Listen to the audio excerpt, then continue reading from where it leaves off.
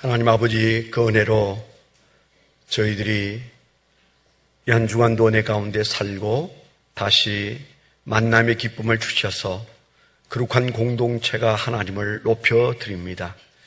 우리 드리는 예배가 보잘것없는 죄 많은 인간들이 드리는 예배지만은 예수의 피로 씻어 정결케 하시고 하나님의 사랑하는 그 자녀로 드리는 예배로 바꾸어 주셔서 오늘도 저희들이 감사하며 이 예배를 올려드립니다.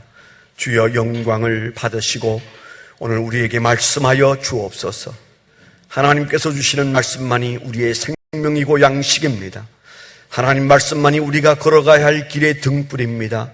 주의 말씀으로 주여 우리를 태우시고 말씀으로 우리를 부드리셔서 하나님의 뜻에서 벗어나지 아니하고 주의 말씀 가운데만 서 있는 말씀 앞에 겸손하고 말씀 앞에 예민한 하나님의 종들이 되게 하여 주시옵소서. 오늘도 주의 말씀은 우리의 치료인 줄 믿습니다. 주의 말씀이 선포되어지는 시간에 우리의 질병이 치료되게 하여 주옵시고 우리의 염려가 해결되게 하여 주옵시고 우리의 인간의 연약함과 부족함과 헛된 것과 죄된 것을 씻어주시고 고쳐 주시옵소서. 예수 그리스도의 이름으로 감사하며 기도드렸습니다. 아멘. 네, 좌우 앞뒤 계신 분들과 다시 한번 격려하는 시간을 갖도록 하겠습니다. 하나님은 오늘도 살아서 우리 가운데 역사하십니다. 한마디 하시죠.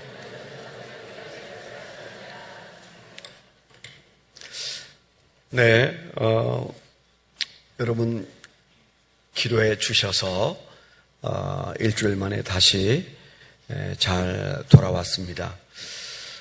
유언장을 파기를 해야 되나 액자에 넣어놔야 되나 잠시 생각을 좀 했습니다. 뭐 잠시지만 또 우리가 여행 가는 게 아니고 선교지에 가기 때문에 무슨 일이 있을지 몰라서 저희가 유언장을 쓰기도 했습니다.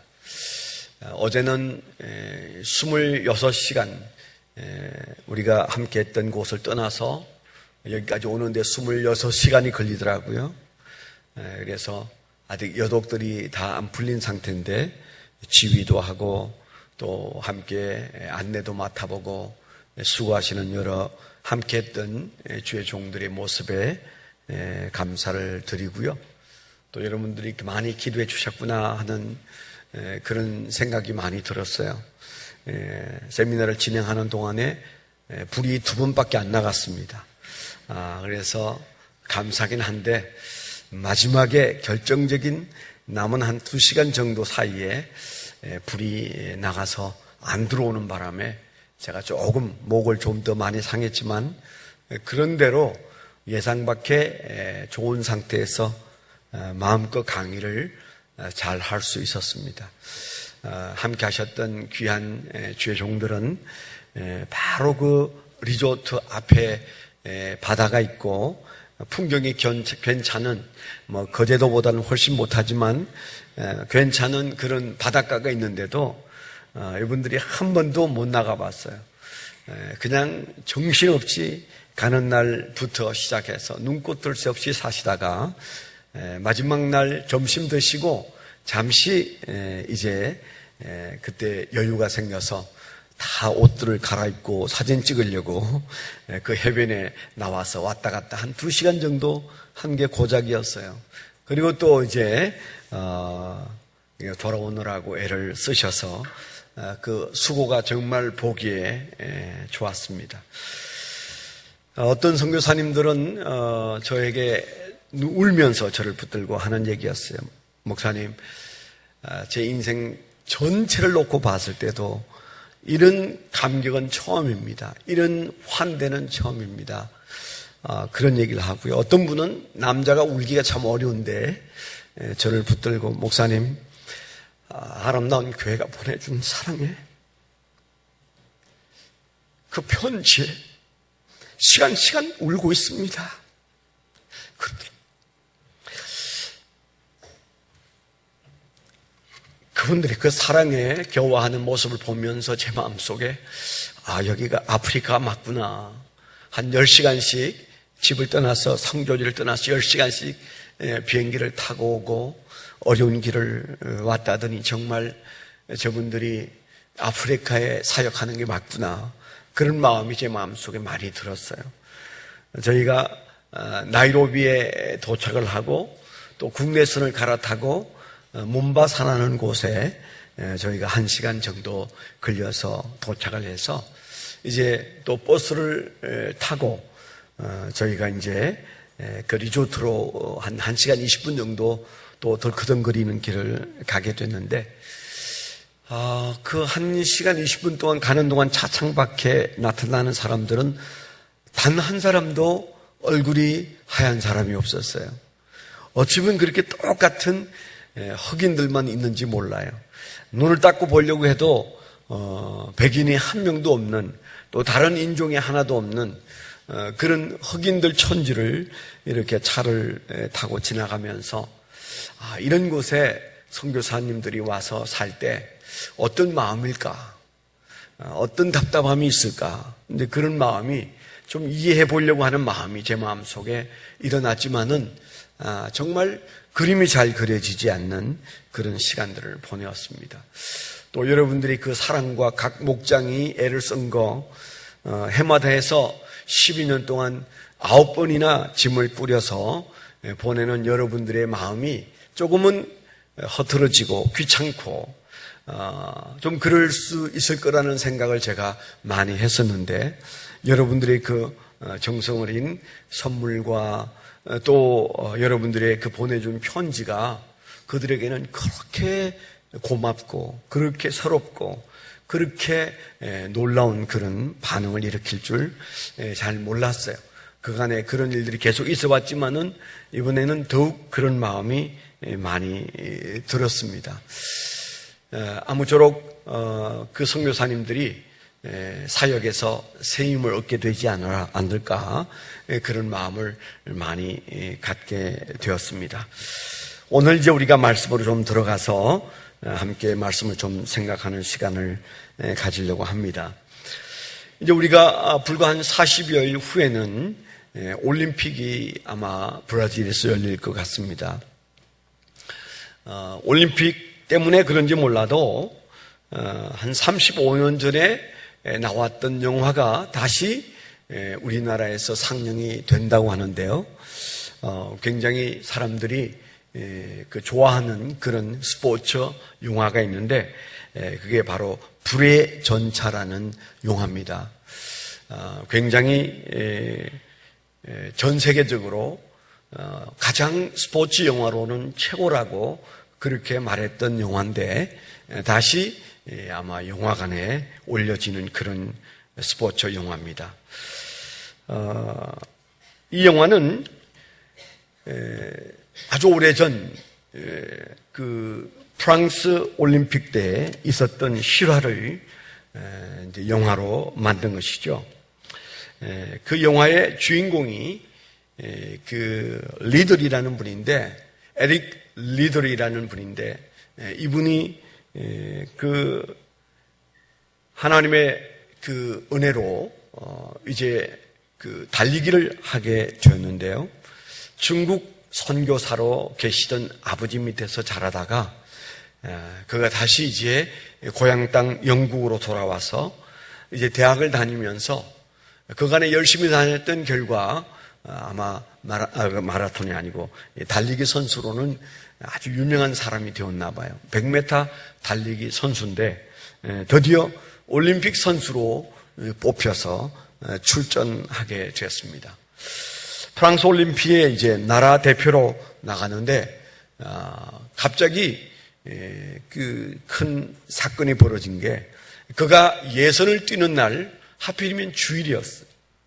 주일날 예선을 뛰어야 되는데 그가 감독에게 나는 주일 예선에 뛰는 것은 할 수가 없다.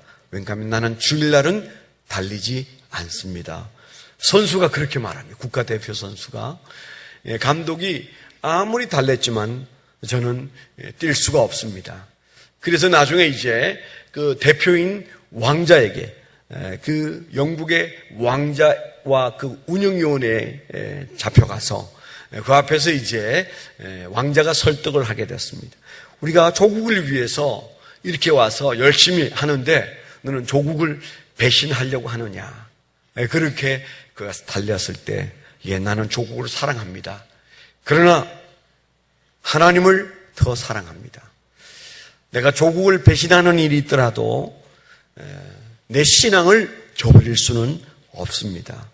강경하게 그가 물러서지 않았어요. 그때 한 선수가 그 문을 열고 들어와서 하는 말이 사실은 내가 400m 달리기 국가대표인데 내가 기권을 하겠습니다. 그리고 주일이 아닌 날 이 친구가 400m를 달리게 해주십시오. 아마 잘 달릴 겁니다. 그렇게 얘기를 했어요. 그런데 이 에릭 리들은 100m 달리기 선수지 400m 달리기 선수가 아니에요. 절대 달릴 수도 없고 예선도 통과하기가 어려워요.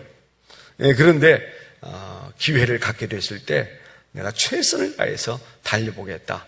그랬는데 공교롭게도 그가 400m 달리기를 해야 되는데 저희는 뭐 자세히 모르겠습니다만은 그가 예선부터 그 다음에 준결승, 결승까지 3번을 한날에 달리는 일이 생겼어요. 아마 그 전날에 하는 예선을 그는 아마 같은 날에 하게 됐나 봐요. 그래서 모든 사람들이 400m 달리기 선수도 아니고 그리고 3번이나 하루에 달려야 된다면 그는 이 꼴찌를 할 거다. 그렇게 생각을 했는데 이 에릭 리들이 1등을 하고 금메달을 목에 걸고 그리고 전 세계의 스포츠를 받는 그런 일이 그에게 있었어요. 그래서 그게 드디어는 1980년대 초에 영화로도 나오게 되어서 우리가 대하기도 했었습니다. 조국이냐 하나님이냐 라고 하는 질문을 여러분들이 스스로에게 던져보신 일이 있습니까? 조국이냐 신앙이냐 뭐 이렇게 거창한 질문을 우리가 던져본 일이 없을 수 있습니다. 직장이냐 하나님이냐 뭐 그런 질문을 혹시 여러분들이 던져보시잖아요. 사업이냐 하나님이냐 학교냐 하나님이냐 배우자냐 하나님이냐 부모냐 하나님이냐 뭐 이런 질문은 들어 우리가 한 번씩 부딪힐 수 있는 질문인데 바로 이 에릭 리들은 바로 그 문제 앞에서 그는 조금도 흔들림이 없이 올림픽 대표 선수로 나선 자리에서도 문매를 맞을 수 있는 자리에서도 그는 나는 주일날 달리지 않습니다 라고 하는 그런 말을 하고 그가 사람들에게 욕을 먹고 그리고 고통스러운 시간을 보내면서도 그 고뇌 가운데 잘 견뎠던 사실을 우리가 볼 수가 있습니다. 그는 동생이 그 달리기 그만하라고 그랬을 때도 늘 하던 말이 나는 신앙이 우선이고 하나님이 우선이다. 그리고 나는 아버지가 애썼던 선교지로 돌아가는 것이 내 인생의 중요한 목표다. 그러나 지금은 내가 달려야 한다. 그렇게 동생을 달렸던 그가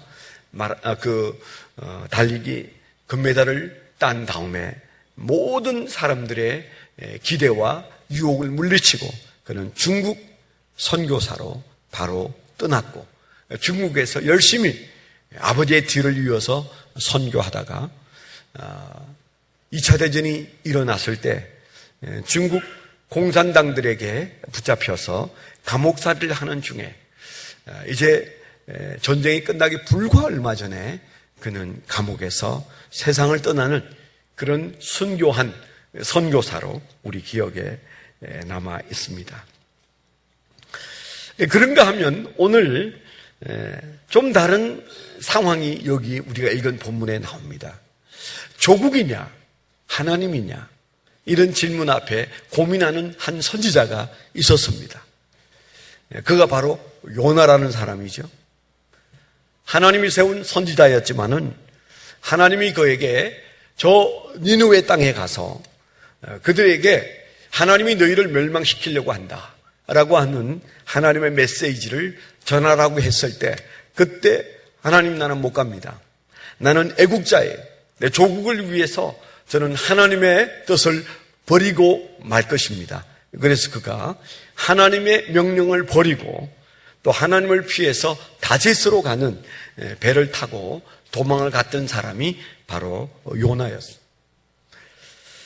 요나에게 있어서 그의 마음속에 내가 하나님을 따르는 선지자지만 조국과 하나님 사이에 갈등이 생겼을 때 그는 조국을 택합니다. 그래서 하나님과 결별하고 도망가다가 그는 풍랑을 만나서 다시 바다에 떨어지고 그 다음에 큰 물고기가 그를 삼켜서 3일 만에 다시 육지에 토하여졌을 때 그는 어쩔 수 없이 이제는 더는 길이 없다 생각해서 하나님 명령을 붙들고 니느웨로 갔는데, 볼륨을 좀 키울 수 있으면 좀 키워주시죠. 니느웨로 갔는데 거기에서 그가 40일 후에는 이곳이 망한다 그렇게 외치고 다닌 결과 무슨 일이 벌어졌습니까? 왕부터 심지어 짐승들까지 모든 백성이 다 금식하면서 하나님 앞에 회개하고 엎드리는 바람에 하나님이 그만 그들을 멸망시킬 계획을 철회해버리시고 그들을 용서해 주시는 모습을 보고 멸망할 모습을 구경하려고 이제 산 언덕에 앉아서 구경하고 있다가 무지 화가 났어.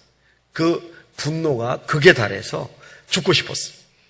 그가 하나님께 기도할 때 하나님, 나 그냥 죽여주세요. 나 저들이 멸망당하지 않고 용서받는 모습은 못 봅니다. 저는 차라리 죽겠습니다. 그렇게 화를 냈을 때 하나님께서 그거를 야단치시는 그런 장면이 사실은 요나서 4장에 나오고 있죠. 오늘 우리가 이 말씀에서 요나가 겪는 고통, 죽고 싶다. 그가 말할 수 없는 스트레스를 받고 그냥 딱 죽었으면 좋겠다. 그런 마음을 가지고 하나님께 대드는 모습에서 그가 얼마나 고통스러운가. 그가 지금 굉장히 힘들어하고 있겠구나. 우리가 이런 것을 짐작할 수 있어요. 그가 고난 속에 있습니다. 그런데 그가 왜 그런 고난을 겪었는가를 성경으로 우리에게 명확하게 말하고 있습니다. 그는 고통 속에 있고 갈등 속에 있고 그리고 마음속에 말할 수 없는 상처가 일어나고 분노가 일어나고 그래서 하나님께 화를 내고 있는 모습을 보죠. 그가 왜 이런 큰 스트레스를 받고 있을까요? 그가 겪는 이 심적 고통과 지금 불편한 마음, 이 마음 속에 분노가 일어나는 이유가 무엇일까요? 우리가 살아가면서 화날 때도 많고 슬플 때도 많고 또 우리가 인생이 참 무의미하다고 생각할 때도 많고 삶의 스트레스 때문에 그냥 죽었으면 좋겠다 그런 마음을 가질 때가 혹 있을 수 있습니다. 요나가 그런 고통 속에 있습니다. 그런데 요나서는 요나의 고통에 대해서 우리에게 그의 고통을 찬찬히 봐라. 왜 그가 고통을 겪고 있고 그리고 지금 죽고 싶은 심정에 빠져 있는가? 그걸 우리에게 보라고 합니다. 아주 간단합니다. 그가 고통에 빠져 있는 가장 큰 이유는 하나님과의 충돌에 있어요. 하나님과의 충돌에 있어요. 우리는 살아가면서 이런저런 삶의 고통과 그리고 분노와 염려와 아픔과 그리고 좌절을 경험합니다. 그래서 정말 인생 너무 힘들다. 하나님이 살아계시면 내가 왜 이렇게 힘들어야 하나? 우리가 이런 마음을 가질 수 있어요. 그런데 혹 요나처럼 우리가 하나님과 충돌하기 때문에 생기는 스트레스를 엉뚱하게 생각하고 있지 않은지 우리 스스로를 잘 돌아봐야 해요.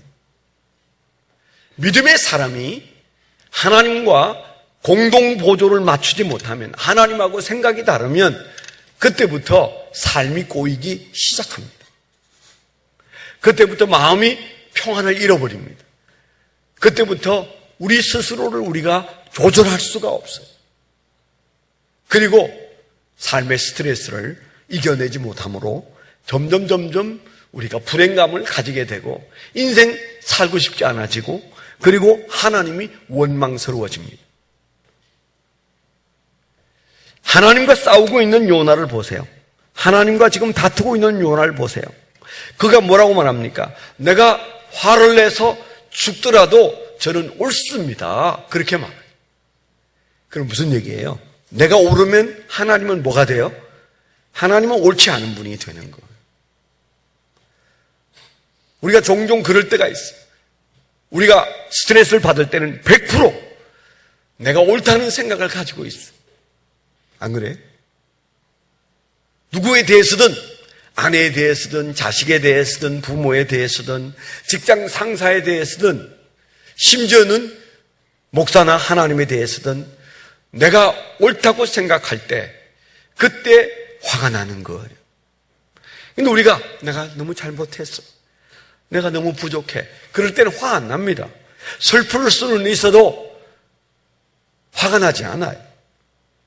지금 이제 요나가 화가 나서 죽을 지경인 이 상황에서 성경에 보여주는 건 뭐예요? 요나는 한결같이 나는 옳다. 하나님 앞에서 나는 옳습니다. 내가 뭘 잘못했는데요? 그렇게 하나님께 대들고 있어요. 그가 옳으면 하나님은 뭐가 돼요? 옳지 않은 분이 되는 거예요. 우리가 종종 상황을 그렇게 만들어 놓을 때가 너무 많아요. 우리가 회개할 죄가 있다면 가장 먼저 무슨 우리가 거짓말을 하고 사람에게 또 무슨 우리가 이런저런 무슨 나쁜 마음을 품고 다 죄 맞습니다. 그런데 우리가 죄라고 말하는 것 중에 가장 심각한 죄는 관계의 죄, 관계죄. 아내와 남편의 관계, 부모와 자식의 관계. 그러나 더 심각한 것은 뭐예요? 하나님과의 관계. 그거 대수롭지 않게 생각합니다. 우리는 관계가 틀어지면 다 자기 변명을 가지고 있어요. 그래서 내가 잘한 것은 무엇이고 잘못한 것이 무엇인지에 있어서 공평하지가 않습니다. 그냥 밀어놓고 옳다고 생각해요. 요나는 바다에 빠뜨려지기 전에도 자기가 옳다고 생각하고, 그리고 지금 현재 요나서 4장에서도 나는 하나님 옳습니다. 그럼 뭐예요? 하나님이 잘못되어 있습니다. 하나님 좀 회개하세요. 하나님 똑바로 좀 할 수 없어요? 그런 마음을 가지고 있다는 거예요. 우리가 이런 표현을 쓰지 않지만 지금 내가 옳으면 하나님은 그런 분이 될 수밖에 없는 거예요. 뜻밖에도 우리는 하나님 앞에서 그런 마음을 가지고 있습니다. 그러나 우리가 회개는 뭐예요? 하나님이 옳습니다. 여러분 한번 그렇게 한 10번 한번 외쳐보세요. 마음속으로 기도할 때. 하나님은 언제나 옳습니다. 하나님이 옳습니다. 하나님이여 하나님은 옳습니다. 하나님은 어제나 오늘이나 언제나 옳았습니다. 그리고 내일도 옳으실 것입니다. 하나님이 옳습니다. 여러분 그렇게 한번 이번 주간에 한번 적용을 해보세요. 10번 그렇게 하나님이 옳다고 기도해 보세요. 그러면 금방 내 마음속에 하나님 앞에 겸손해지는 나를 보고 내 마음속에 일어나는 갈등이 내려가기 시작하면서 그래 하나님이 옳으셔. 하나님이 옳으시기 때문에 기다릴 수 있고 하나님이 옳으시기 때문에 내가 털릴 수 있어. 하나님이 옳으신데 내가 괜히 하나님 앞에 지금 이제 투정 부리고 있어. 하나님이 옳으신데 내가 옳지 못한데 나는 나보다 훨씬 나은데 이웃들에 대하여 계속 옳지 않다고 말하고 있어. 우리가 이런 문제 앞에 자기 자신을 세우게 될 텐데요. 요나가 지금 하나님 앞에 나는 옳다. 그런데 하나님이 하는 것을 나는 도무지 이해할 수가 없다. 그렇게 그가 말하고 있는 것을 여기 볼 수 있습니다. 그가 조국을 사랑한 것까지는 좋아요. 그런데 하나님의 명령을 받은 사람으로서 하나님의 사람으로서 그는 하나님의 명령을 부당하다고 여깁니다. 옳지 않다고 여깁니다. 그런 명령점은 내가 무시해도 된다고 생각합니다. 내가 조국을 위한다면 내가 옳게 여기고 귀하게 여기는 그 우선순위를 지키는 데 있어서 하나님의 명령점은 그저 내가 제껴버려도 될 것처럼 그렇게 말하고 있는 모습을 우리가 오늘 여기서 볼 수 있어요. 하나님의 뜻과 내 뜻이 겨루어서 내 뜻이 옳다고 여기는 한 우리 삶의 충돌과 좌절과 그리고 고뇌와 스트레스는 절대 사라질 수가 없어요. 그래서 요나서에는 하나님의 뜻과 내 뜻이 충돌하는 것을 보여주면서 우리의 삶에 부끄러운 것과 고뇌는 결국 하나님의 뜻을 내 뜻보다도 우위에 두지 아니하고 내 뜻을 하나님의 뜻보다 우위에 둔 사람의 잘못에 대해서, 그것의 허물에 대해서 마치 거울을 보도록 우리에게 보여주는 거예요. 그래서 우리가 요나서를 읽을 때마다 그저 누가 말하지 않아도 어떤 마음이 들어요. 나를 말한다. 요나. 이제 그런 마음이 들잖아요. 그런 마음 안 드세요? 저는 늘 요나서를 대하면 여기에 내가 있다. 이게 내 모습이다. 점잖은 척하지만 그러나 선택권을 딱 내가 지고 하나님 그래봤자 결정은 내가 해요. 그렇지 않으세요? 여러분 살아온 인생에서 아니 지난 한 주간 동안 하나님을 높다 그렇게 우리가 하나님을 높여드리면서도 찬송은 그렇게 부르면서도 우리는 아주 사소한 결정부터 시작해서 큰 결정에 이르기까지 말은 그렇게 하잖아도 내가 탁탁 결정하고 내 마음대로 결정해놓고는 하나님이 그저 못 보는 것처럼, 하나님은 모르시는 것처럼 하나님에 대해서 우리가 그저 지나치는 그런 일들이 없었는지 있었는지 한번 돌아보세요. 상당한 것들은 우리가 주님께 물어보지도 않고 내가 결정했어. 제가 얘기했잖아요. 지난주가 얘기했잖아요. 어떤 부사역자가 휴학을 해서 왜 휴학을 했냐? 학생은 공부를 해야 된다. 교일이 중요한 게 아니다. 학생은 공부다. 교회에서 실습비를 받으면서 실습을 하면 공부를 해야지. 왜 휴학을 했냐 그랬더니 뜻밖의 말이 제가 교회를 위해서 휴학했는데요. 왜 목사한테 의논하지 않았냐 그랬더니 내가 의논하면 목사님이 뻔하게 못하게 할 것 같아서 안 했다는 거. 그럼 누가 주인이에요? 자기가 주인이에요. 그에게는 지도자도 없고 체계도 없어. 제 마음속으로 너는 네가 주인이구나. 오케이. 나는 너에게 더 이상 가르칠 게 없다. 제 마음속에 너가 아무리 봉사를 잘해도 너는 너가 좋아서 하는 짓이야. 그건 소용없어. 하나님 나라에서는 소용없어. 그런 마음이 들더라고요. 저도 여러분도 그렇게 살지 않나 돌아보세요. 아니, 전 그렇게 살 때가 너무 많아. 결정권을 내가 딱 쥐고 있어. 어떤 건 물어보지도 않아, 하나님께. 물어보면 복잡해지니까. 물어봐도 그 다음에 대답하시기 전에 내가 원하는 결정을 우리가 내릴 때가 얼마나 많아. 그래서 받는 스트레스, 그래서 받는 고통, 그래서 받는 심각한 삶의 문제들, 그 문제들 앞에서 우리는 또 그 문제에 대해서는 하나님이 왜 우리를 이렇게 힘들게 하느냐고 하나님을 또 삿대질하면서 사는 모습, 여긴 악순환이 요나 그의 악순환이 우리의 악순환이 아닌가. 우리 자신을 잘 돌아봐야 해요. 요나가 뭘 몰랐을까요? 하나님의 뜻을 그는 알아도 몰랐습니다. 몰랐던 거 아니에요. 하나님이 어떤 분인지에 대해서 그가 말하고 있어요.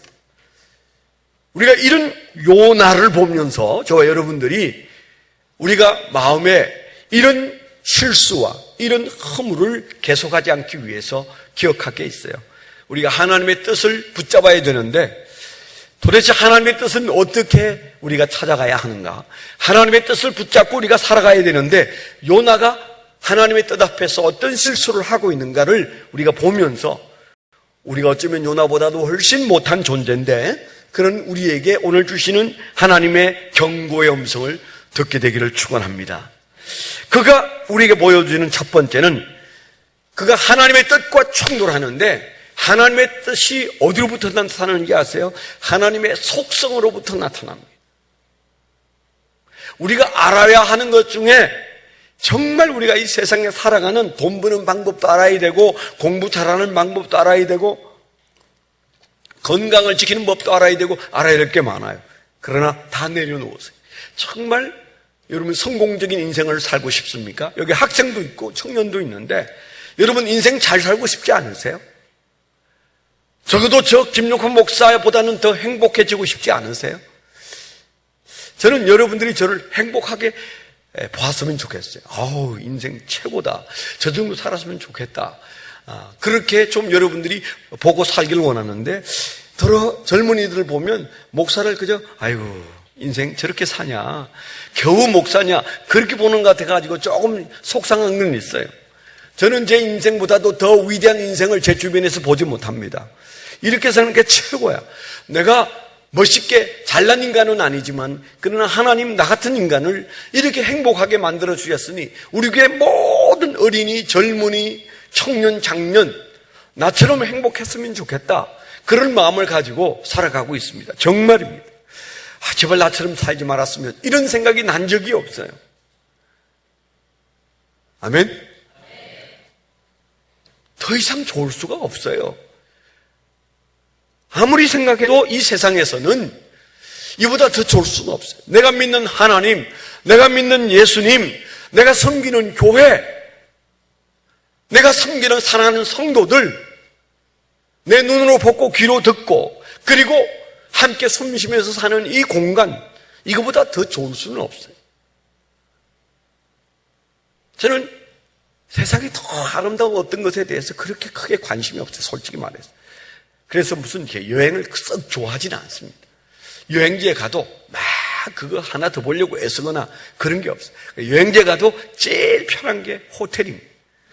호텔에서 그저 성경 보고 찬송 부르고 기도하고 그리고 책 읽고 뭐 또 가능하면 거기서 텔레비전 보고 뭐 그래도 만족스러워요. 왜 그럴까요? 우리가 여기서 보는 눈에다 집어넣는 것들은 천국에 가면 천배 만배 좋은 천국을 영생토록 볼 텐데 뭐까지 끝 그거 못 봤다고 무슨 한 배 칠 거 없다. 그런 마음이 오래전부터 들더라고요. 이런 마음을 주신 분이 하나님이세요. 그래서 저는 이 마음을 주신 하나님 앞에서 행복해하며 살아가고 있습니다. 모든 사람들이 이렇게 살면 좋을 것 같다는 생각이 제 마음속에 늘 들어요. 그런데 우리가 왜 그런 삶을 살지 못하는가? 저라고 해서 늘 그렇게만 살겠습니까마는 우리가 하나님의 뜻과 충돌하는 그 충돌의 현장에 뭐가 있는지 아세요? 하나님의 속성을 모르고 살 때 이런 충돌이 일어나는 거예요. 아니 알아도 모를 때 하나님의 속성에 대하여 우리가 깊이 있게 다가가지 못할 때 요나의 충돌이 있다는 사실을 기억하셔야 돼요. 하나님의 뜻은 크게는 하나님의 속성으로부터 나옵니다. 우리가 제자 훈련할 때 배우는 하나님의 속성, 공유 속성에는 두 가지가 있다. 하나님의 사랑과 하나님의 공의가 있다. 그런데 요나는 하나님의 그 기본적인 속성 두 가지에도 균형을 잃어버렸어요. 하나님이 공의의 하나님이셔서 죄지은 인간을 불로 멸한다. 그거 좋아요. 선지자가 그거 아는 건 나무랄 것 없이 좋습니다. 그러면 또 하나 알아야 되잖아요. 그런 하나님의 가슴 속에 불처럼 끓고 있는 인간의 니느웨 백성들을 향한 사랑이 그 마음속에 너무 커서 요나를 가서 내가 가서 좀 그들에게 그들의 죄가 무엇인지 좀 얘기해 주어서 회개하게 하라. 그렇게 주님께서 말씀하시고 계시는데 그런 하나님을 모르는 척 합니다. 제가 이 요나서를 보면 요나는 하나님을 잘 모르는 게 아니에요. 그런데 그는 하나님에 대해서 화내고 있습니다. 4장 1절에 보면 요나가 매우 싫어하고 성내며 여호와께 기도하여 이르되 여호와여 내가 고국에 있을 때에 이렇게 하겠다고 말씀하지 아니하였나이까. 하나님이 이럴 거라 내가 말하지 않았습니까? 하나님 당신은 이럴 뿐입니다. 그렇게 말하지 않았습니까? 그 얘기. 뭐라고 말합니까? 그러므로 내가 빨리 다시스로 도망하여 싸우니 주께서는 은혜로우시며 하나님이 어떤지를 얘기하는 겁니다. 그가 아는 하나님을 얘기합니다. 하나님의 속성을 말하고 있어요. 하나님은 은혜로우시며 자비로우시며 노하기를 더디하시며 인애가 크시사 뜻을 돌이켜 재앙을 내리지 아니하시는 하나님이신 줄을 내가 알았음이니이다. 알았다는 거예요. 뭘 알았다는 거예요? 지금 그가 뭘 말하고 있습니까? 하나님이 은혜가 많고 인애가 크고 그리고 인자스럽고 재앙을 내리지 않고 그런 하나님을 내가 알았기 때문에 내가 다윗으로 도망가려고 했다. 그런 말을 하는 것으로 보면 그는 그 하나님의 신학적인 측면에서 하나님의 속성을 알고 있어요. 누구보다도 알고 있어요. 저와 여러분보다도 더 잘 외우고 있어요. 아마 제가 이 얘기 안 했으면 하나님의 속성이 뭔 같습니까? 물어보면 대답 못할 사람 얘기 많아요. 근데 그는 쫙 얘기하잖아요. 다윗으로 도망가기 전에도 알았고 지금도 알고 있다고 그랬어요. 문제가 뭐예요? 하나님의 속성을 머리로 아는 것은 신앙 아닙니다. 하나님의 속성을 머리로 알고 가슴으로 모르면 하나님과 충돌하게 돼 있어요. 사는 게 재미가 없어요. 인생에 스트레스가 와요.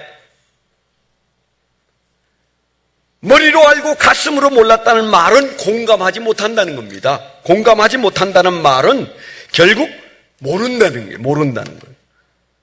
하나님의 속성을 모르면, 하나님의 속성에 공감하지 못하면 우리는 다른 것하고 충돌하는 게 아니에요. 하나님하고 충돌해요. 그래서 인생이 불행해져요. 죽고 싶어져요. 삶의 재미가 사라지게 돼 있어요. 여러분, 냉정하게 여러분 자신을 한번 돌아보십시오. 여러분은 정말 하나님의 그 속성에 깊이 공감하고 있는가? 머리로는 아는데 어느 날 내 사랑이 식어서, 내 안에 있는 신앙이 식어서 하나님의 속성에 아무런 것도 공감하지 못하는 그런 상태에 있지 않는지, 하나님의 이 속성에 대한 신뢰가 우리 앞에 정말 살아있는지 우리 자신을 돌아봐야. 우리가 중요한 것은 하나님의 속성에 가슴으로 공감하지 못하는 이 요나는 하나님과 함께 걷기가 힘들었어. 살아가는 인생 먹고 사는 게 힘든 게 아니고 신앙이 힘들었어.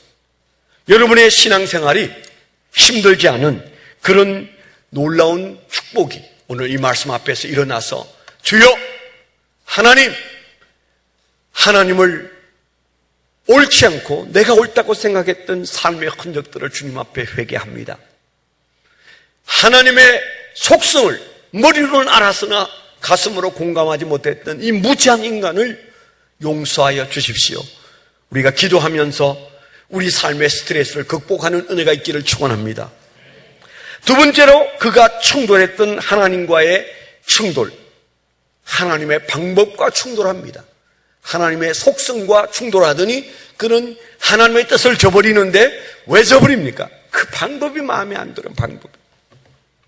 하나님의 하는 방법이 마음에 안 들어요. 어떻게 마음에 안 들었습니까? 그가 생각하는 하나님은 공의의 하나님이셔서 그가 외치고 나면 40일 후에 그냥 유황 불못을 내려서 하나님께서 저 소돔과 고모라를 불바다로 만들어버리듯이 하나님께서 그렇게 하는 그 공의로운 하나님의 진노가, 원수의 나라가 멸망하는 모습을 보고 싶어요. 여러분 어떠세요? 일본에 대한 감정이 예수 믿어도 별로 안 좋으시죠? 저도 일본 사람에 대한 감정은 참 안 좋습니다. 제가 2005년에 안식년을 얻어서 하와이 코나에 이제 열방대학에서 DTS를 할 때, 그때 이제 훈련이 끝나가면, 훈련이 이제 3개월 훈련이 끝나면 또 다른 3개월 동안 이제 선교를 나가요. 선교를. 어디든 기도하면서 하나님의 음성을 듣고 가라고 그래. 그래서 저는 어디를 갈까? 뭐 하나님의 음성을 들을 것 없다. 내가 가고 싶은 곳에 간다. 그래가지고 아프리카부터 이렇게, 아프리카는 혹시 전염병에 걸릴지도 모르고 남미로 갈까? 남미에 가면 좋긴 좋은데 그 길은 또 내가 언어가 좀 그렇고 뭐 이제 이런저런 생각하면서 마음속에 결정을 못한 채 어디로 가면 좋을지를 막 생각을 했어요. 근데 결정이 잘 안 되더라고요. 미국 본토로 들어갈까? 뭐 사람들은 다 이제 뭐 가기로 결정한 사람들이 이제 피켓을 들고 나는 어디로 간다. 그러면 이제 같이 붙어서 이제 세계 어디든 하나님의 음성을 듣고 이제 가게 돼 있는데 어느 날 제 마음속에 일본으로 가라 그런 마음을 주셨어요. 저는 꿈에도 꾸지 않았고 뭐 우리나라 옆에 있는 일본을 뭐하러 가겠어요? 그래서 제 마음속에 왜 이런 마음이 들지? 그래서 꿈에도 꾸지 않은 일본으로 가라는 그런 마음의 감동이 있어서 그걸 무시하려고 했는데 무시가 안 됐어요. 기도하고 생각할 때마다 일본 가야 된다는 거예요. 제가 하나님께 물어서 하나님, 제가 왜 일본을 갑니까? 그랬는데 하나님이 제게 로렌 커닝엄을 통해서 음성을 주셨어요. 그 음성은 한마디로 말하면 네가 일본을 엄청 싫어하니까 그런 음성이 왔어요. 어느 날 로렌 커닝엄이 나와서 이제 설교를 하는데 한국 사람들이 왜 통일이 안 되는 줄 아십니까? 한국 크리스찬들 때문입니다. 한국 크리스찬들은 두 가지 미워하는 대상이 있습니다. 김일성을 미워합니다. 김일성, 김정일을 무진장 미워합니다. 그리고 일본이 땅속으로, 바닷속으로 들어가기를 기대하면서 저분들은 한국 기독교인들이 그렇게 싫어한다는 거예요. 그 얘기를 듣는데 바로 저보고 하는 얘기였어요. 하나님이 저보고 너가 일본을 그렇게 싫어하니까 그런 마음이 들었어요. 마음이 그럴 수 있지. 그런데 아니에요. 계속 그 마음이 딱 그때부터 너는 일본을 싫어하니까, 너는 일본을 싫어하니까. 그래서 어떻게 해요? 일본 가기로 했어요. 갈 때도 싫어했고 갔다 와서도 싫었어. 네. 일본 되게 싫어. 선교하면서도 일본을 싫어했어요. 좋은 게 하나도 없어요. 네. 어찌 보면 그렇게 좋은 게 하나도 없어요. 마음속에 일본이라는 나라가 싫으니까 여튼 사람들도 막 탁 쳐다보면 뻐드렁이가 보여요. 죄송합니다. 그 사람들의 이는 왜 이렇게 한결같이 안 예뻐요? 한국 사람 보면 막 그냥 천사들의 이 같아요. 옆에 사람 이빨 한번 보세요. 대체로 가지런해요. 그렇죠? 약간 들쑥날쑥하는 것도 예뻐요. 다 예뻐. 그 사람들은 그냥 그래요. 왜 그게 자꾸 보이는지 몰라요. 제 눈에. 예? 그게 예뻐 보이지가 않아요. 한국 사람들은 보면 그냥 그 이빨도 그냥 들쑥날쑥해도 예뻐 보여요. 그런데 안 예뻐 보여요. 내가 이게 병이 들었구나. 그런 마음이 들어서 회개 참 많이 하면서 제가 그 단기 선교를 했습니다. 그런데 요나가 엄청 미워하고 싫어하는 사람들에 대해서 괜히 싫어하는 게 아니에요. 그 니느웨 백성들이 아주 포악하기로 말할 수 없이 포악한 존재들입니다. 근데 그 주변의 약소국들을 발의 때처럼 생각하는 그런 짓밟는 아주 흉악한 인간들임에 틀림없어요. 조상대대로 그렇게 살아온 그들의 상처받은 이스라엘 백성들, 그리고 이 국수주의자인 요나의 마음속에 그 니느웨를 좋아할 수가 없어요. 그렇기 때문에 그가 마음속에 은근히 바라는 게 뭐예요? 하나님의 공의는 그들에게 공의로 나타날 때는 불받아 만드실 것이다. 그렇게 하나님의 방법을 내가 딱 정해놨어. 하나님은 이런 하나님이니까 이렇게 하실 것이다. 하나님이 하실 행동에 대해서도 내가 딱 정해놨어. 그런데 뜻밖에도 하나님이 무장해제를 시켜버렸어. 오늘 말씀에 보면 3장 10절에 보면 하나님이 그들이 행한 것, 곧 그 악한 길에서, 악한 사람들이에요. 악한 길에서 돌이켜 떠난 것을 보시고 하나님이 뜻을 돌이키사 그들에게 내리리라고 말씀하신 재앙을 내리지 아니하시니라. 하나님이 뜻을 돌이키는 이 방법을 보고 뭐야 이거 하나님? 내가 생각한 방법대로 해야지 왜 하나님은 방법을 바꾸시는 거야? 하나님의 방법? 내가 시키는 대로, 내가 원하는 대로, 내가 꿈꾸는 대로, 내가 그려놓은 대로 하나님은 그렇게 가셔야 돼. 그런 마음이 우리 안에 있지 않은지 돌아보세요. 한국 민족성이 토템 신앙이 우리 안에 깔려 있습니다. 이 토템 신앙의 특징은요, 비나이다 신앙인데 이 비나이다 신앙은 신은 그냥 그 자리에 있어요. 바위며 나무며 그저 그 신은 그냥 그 자리에 있어요. 내가 열심히 빌면 그 다음부터는 뭐예요? 신은 말도 못하고 그 자리에서 내가 원하는 대로 해주게 돼 있어요. 그래서 우리가 예수 믿는데 장애가 있어요. 그 장애가 뭔가 하면 우리가 믿음이 자라면서 하나님의 뜻대로가 아닙니다. 내 뜻대로입니다. 하나님 방법대로가 아닙니다. 내 방법대로입니다. 그래서 우리의 기도 응답에 대한 우리의 사고는 뭐예요? 내가 기도한 대로 해주셔야만 응답이라고 생각하는, 하나님에 대한 신뢰가 없어요. 방법, 내가 말한 대로 돼야만 간증이 나오는 그런 신앙이 우리 밑에 흐르고 있어요. 그래서 어느 단계에서는 더 올라가지지가 않아요.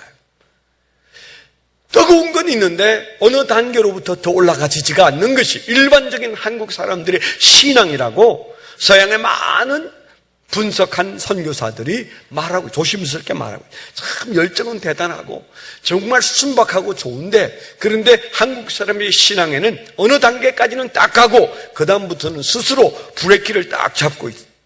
왜냐하면 내 방법대로 돼야 돼. 내 방법대로. 하나님의 방법이 조금 한치만 벗어나도 응답이 아니야. 아브라함은 어떻게 했어요? 100세 주신 아들 어느 날 모리아 산에서 바치라고 했어. 죽이라고 했어. 불태우라고 그랬어. 도대체 무슨 하나님이 그런 방법으로 이 세상을 통치한단 말입니까? 그 하나님의 방법에 대해서 생각하도록 그는 3일 길을 걷게 하셨어요. 그냥 집 앞에서 태웠으면 금방 에이 모르겠다, 믿음 있을 때, 마음이 뜨거울 때 했을 거예요. 그런데 하나님은 그에게 어떻게 하셨어요? 3일 길을 모리아산까지 걸어가라고 그랬어요. 자식을 앞세우고, 눈에 넣어도 아프지 않은 자식을 장작을 메고 앞서가게 하고 그 뒤를 터벅터벅 걸어가면서 몇 발 가다가, 아빠 그런데 제물로 쓸 양은 어디 있어요? 그렇게 묻는 아들을 앞세워 가면서 그는 계속적으로 뭐하고 있어요? 하나님의 방법이 옳은가? 하나님의 방법은 꼭 이래야만 되는가? 생각했을 거예요. 그런데 그는 멈추지 않았습니다. 훗날 성경에는 뭐라고 되어 있어요? 그는 하나님께서 어떤 방법으로 역사하시든 내 자식을 다시 돌려주실 것이라는 그런 믿음을 가지고 있었다고 말했어요. 우리가 하나님을 신뢰하면 하나님의 속성을 믿어야 하고, 그리고 우리가 하나님을 신뢰하면 하나님의 방법도 믿어야 될 줄 믿습니다. 내 방법 가지고 하나님을 조절하지 마요. 하나님 이래야 됩니다, 저래야 됩니다, 제발 그러지 마요. 그런 기대는 가져도 돼요. 하나님 이렇게 좀 해주시면 좋겠습니다. 그렇지만 내 뜻대로 마옵시고 아버지의 뜻대로 되기를 원하나이다. 예수님이 겟세마네 동산에서 하나님의 아들인 예수님도 그 기도의 중심은 내 뜻이 이렇지만 내 뜻대로 마옵시고 아버지의 뜻대로 되기를 원합니다. 그때 그 아버지의 뜻대로란 말은 방법을 하나님의 손에 올려드리는 겁니다. 내 방법대로 안 되니까 짜증이 나고, 내 방법대로 안 되니까 스트레스 받고, 우리가 뒤를 돌아보면 내 방법대로 안 됐지만은 하나님께서 가장 좋은 것을 행하셨다는 사실을 우리가 알고, 모든 것이 합력하여 선을 이룬다는 사실도 우리가 외우고, 그러면서 우리가 하나님을 맛보고 살면서도 우리는 종종 내 방법대로 안 되는 것 때문에 내 인생의 문제, 내 직장의 문제, 그리고 우리 가정사, 교회 일, 내 방법대로 안 되는 것 때문에 우리는 얼마나 마음속에 많이 불편해하고, 그리고 원망하고, 하나님 앞에서 우리는 내 뜻대로, 내 방법대로 살려고 하는지 몰라요. 그래서 충돌이 일어난다는 사실을 믿게 되기를 축원합니다. 세 번째 요나의 충돌은 무슨 충돌일까요? 하나님의 심정에 충돌합니다. 하나님의 심정과 요나의 심정이 충돌을 일으키고 있습니다. 하나님의 뜻은 세 가지인데, 하나님의 속성을 통하여 보는 하나님의 뜻, 하나님의 방법을 통하여 보는 하나님의 뜻, 가장 깊숙한 것은 하나님의 심정을 통하여 보는 하나님의 뜻입니다. 우선 여러분들이 저를 볼 때, 목사님은 이런 사람이야, 목사고 하나님 믿는 사람이고, 그리고 신학 공부를 해서 검증된 사람이고, 그래서 우리 교회 목사님이야, 뭐 이런 몇 가지, 저분은 이런 분이야 라고 하는 것은 제가 가지고 있는 속성을 파악하고 있는 정도입니다. 그건 약간 멀리에서도 가능해요. 그런데 이제 여러분들이 어느 시간쯤 되면 교회 안에 들어와서 교회 일을 하면서 이제 제 인간됨만 보는 게 아니고 제가 일을 하는 방법을 보게 돼요. 그렇죠? 그래서 여러분이 생각하는 방법과 제가 생각하는 방법이 어떻게 해요? 충돌을 일으킬 수 있어요. 목사니까, 사람이니까 제가 온전할 수가 없기 때문에 그 방법에서 충돌을 일으킬 수 있어요. 여러분이 옳고 제가 틀릴 수 있는 가능성이 아주 높아요. 몇 대 몇이 될는지 모르지만, 그러나 여러분이 옳고 제가 틀릴 수 있어요. 그러나 하나님이 그러실까요? 하나님이 그러고 여러분이 옳고 하나님의 방법이 잘못되고 여러분 방법이 더 우수하고 그럴 수 있을까요? 그럴 수 없는데 우리는 하나님 앞에 충돌한다는 거예요. 또 한 가지, 제가 목회하고 있는데 제 속성이나 제 방법 외에 김종훈 목사의 심정을 아는 분들이 계시죠. 이럴 때 저 목사님이 이런 기분일 거야. 지금 요즘 목사님이 이런 심정을 가지고 살 거야. 아주 소수겠지만은 목사의 심정을 이해하고 기도할 때 제 심정을 붙들고 우리 목사님의 심정을 하나님 기억하셔서 그 마음을 만져주십시오. 그렇게 기도하는 사람이 혹 있을 겁니다. 아멘? 네. 마음에 찔리는 분도 계시나 봐요. 난 그런 심정 모르는데 모르고 싶어. 그런 분도 계시죠. 같은 값이면 하는 게 좋지 않겠어요? 네. 같은 값이면 여러분들이 같은 심정을 가지고 가면 좋지 않겠어요? 그러나 목사와 심정을 같이 안 해도 그런 대로 괜찮은데 반드시 우리가 같이 해야 될 심정이 있어요. 누구 심정에? 하나님의 심정. 하나님의 심정. 하나님도 사람도 그 심정은 누구나 쉽게 알 수 있는 게 아니고 누구에게나 보여주지 않아요. 그렇죠? 여러분의 심정을 아무에게나 보여줍니까? 제게 늘 보여주십니까? 아니잖아요. 저 사람 이런 심정일 텐데 짐작하지만 자기 심정을 저에게 보여주지 않는 사람 많아요. 마찬가지입니다. 부부 사이도 심정을 보여주지 않고 심정을 알려고 하지도 않는 그런 부부가 있어요. 거기는 반드시 충돌이 있게 돼요. 난 당신 심정이 뭔지 알고 싶지 않아. 여러분, 거기에는 차가운 기운이 흐르고 그리고 사소한 일에도 서로 속이 부글부글하고 충돌이 일어나게 돼 있어요. 심정을 하나로 만들어야 되는데 정말 우리가 행복하려면, 하나님과 충돌하지 않으려면 하나님의 심정을 알게 해달라고. 하나님의 심정을 알아야 해요. 하나님의 속마음, 옳고 그름의 문제가 아니에요. 하나님의 깊은 심정을 알아야 해요. 그가 죽겠다고 야단일 때 뭐 때문에 죽겠다고 그랬어요? 저 니느웨가 멸망하는 걸 구경하려고 산 언덕배기에 앉았는데 그게 하나님이 박능쿨 이렇게 덮어주었어요. 그런데 얼마나 그 박능쿨을 좋아하는지 몰라요. 이제 내가 제대로 구경을 한번 하겠다. 그 마음이 하나님의 심정과 너무 틀렸어. 하나님이 속이 약간 이렇게 비틀렸어요. 하나님도 그렇습니다. 하나님의 속이 비틀릴 수 있어요. 그래서 하나님의 주권을 조금 쓰셨어요. 박능쿨을 내어주신 하나님이 갑자기 그냥 뜨거운 바람을 불려가지고 박능쿨이 그냥 갑자기 말라 비틀어져 버려요. 어제까지는 그늘이 잘 기가 막혔는데 그늘이 없으니까 섭씨 42도로 내리쬐 있는 해와 그 열기가 지중해에서 오는 그 후덥지근한 그 습도가 미치게 만들었어요. 성질이 났어요. 그래가지고 그가 화를 내면서 하나님 앞에 죽겠다고 말하는데 오늘 4장 9절에 보면 하나님이 요나에게 이르시되 내가 이 박능쿨로 말미암아 성내는 것이 어찌 옳으냐 하시니 그가 대답하되 내가 성내어 죽기까지 할지라도 옳으니이다 하니라. 그때 10절에 하나님께서 여호와께서 이르시되 내가 수고도 아니하였고 재배도 아니하였고 하룻밤에 났다가 하룻밤에 말라버린 이 박능쿨을 아꼈거든. 하물며 이 큰 성읍 니느웨에는 좌우를 분변하지 못하는 자가 12만여 명이요 가축도 많이 있나니 내가 어찌 아끼지 아니하겠느냐 하시니. 드디어 하나님께서 내놓은 마음이 뭐야? 너는 박능쿨을 아끼는데 나는 이 백성들을 아낀다. 뭐예요? 심정. 하나님께서 무엇을 좋아하고 무엇을 아끼는지 주님께서 답답하다.